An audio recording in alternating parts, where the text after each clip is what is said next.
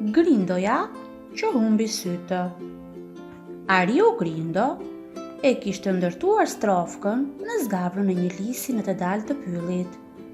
Aty, ku pemë dhe u ishin veshur në përtrungje Fera e Driza, dhe nuk ishte kaluar dot njeri as me kosore në dorë. Rreth strofkës kishte një hije fresk dhe në një dorë me hoje mjalti, që Grindos i pëlqente aq shumë. Sa i mirë që është mjalti bletëve, i verdhë si dyll e i ëmbël, sa nuk tregohet dot. Sa herë që e kujtonte, Grindos i mbushej goja me lëng, lëre pastaj kur e hante. Grindos vërtet i pëlqente mjalti, po i pëlqente edhe gjumi, bile ca më shumë se mjalti. Binte të flinte që me pulat dhe ngrihej kur afronte dreka. Prandaj thonë gjumari ose pallariu. Grindos vërtet i pëlqente mjalti e gjumi, po më tepër i pëlqente të ngacmonte të tjerët, bënte ç'bënte dhe u binte më qap zogjve e kafshëve të pyllit. Njërin e përqeshte, tjetrin e pështynte, njërin e gjuante me gur, tjetrit i prishte folenë, njërit i binte me kopaqe kokës, tjetrit i shkulte bishtin, prandaj lepurush Llapushi kishte ngelur pa bisht. Njëherë Grindos ju prish qetësia dhe nuk mund të flinte aq sa i donte qefi. Pak dhirë mirë e pa dalë dielli në qiell, në majët e lisit, hidheshin e ciceronin të gëzuar dy garguj të bukur, me pendet lara e me shqepat e gjatë si turiela. Si lodheshin së kënduari, ngjiteshin në përtrungje dhe ja fillonin taketuk, duke ngrënë në krimba.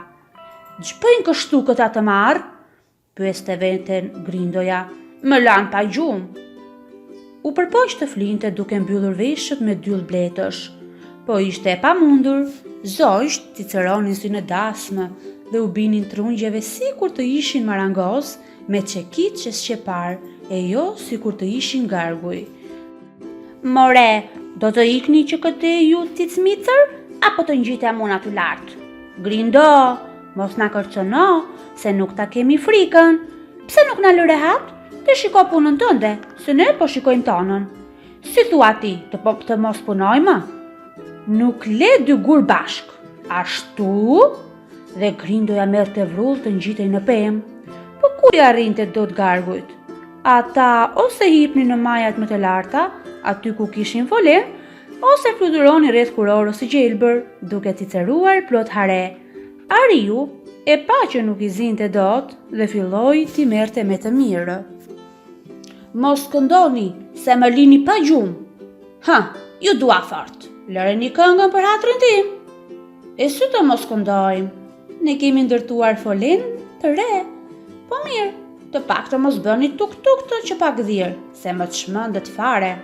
Duam të ham Grindo, se këto ditë do të bëjmë vezët." Mirë, thoshte me vete, "se do ta shikoni kur të bëni vezët. Do të qani, do të ulërini ditë e natë, dhe do t'ja mbathni nga syt këmbët. Pse më thon Grindo mua?" Një mëngjes herët, Grindoja u ngriti trembur. Dy gargujt kërcenin të gëzuar dhe thërritnin me të madhe. "Katër vezë, 4 zogj, 4 vezë, 4 garguj. I pas kanë bërë vezët? Tani të më shohin," tha Ariu dhe u ngrit për gjumsh e doli nga zgavra.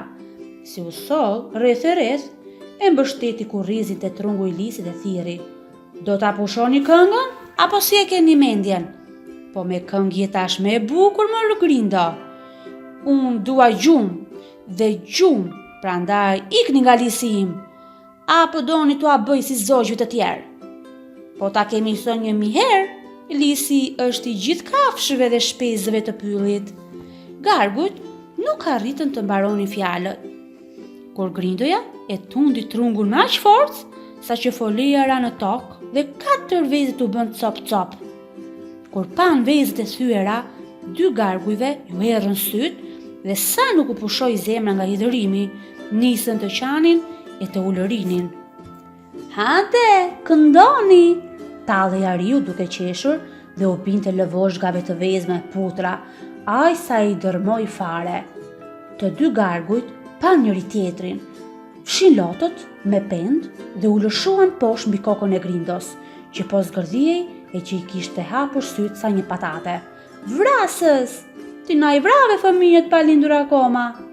Ti s'ke lën kafshë shpejt pa ngacmuar e dëmtuar.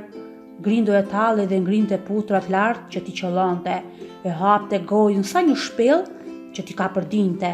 Por dy gargujt çoheshin me shpejtësi dhe goditni me sqepat e tyre të gjatë e të hollë. Nga të pickuarit i rrithnin pika gjaku nga fytyra, po ku donte t'ia dinte ai. Të dy gargujt të dëshpëruar e sulmuan që nga mëngjesi der pas dite. Si e lodhën mirë, u ngjitën në pemë. Grindoja u shtri dhe qeshte duke hapur syt edhe më shumë. Ata tani dukeshin jo më sa një patate, por sa një shegë e madhe. Këtë donin edhe të dy gargujt, prandaj e kishin lodhur, e prandaj bënin sikur nuk e shikonin. Kur Grindoja nuk e kishte fare mendjen, dy gargujt u lëshuan drejtive të tim. Në çast u dëgjua një ulëri me frikshme dhe pastaj thirrja: "O baba syt!" Gargujt e kishin goditur me sqepa në sy dhe e kishin qorruar për gjithë jetën. Kur e mësuan këtë gjë, kafshët e shpendet e pyllit ranë putrat e krahët nga gëzimi, kishin shpëtuar një herë mirë nga Grindoja.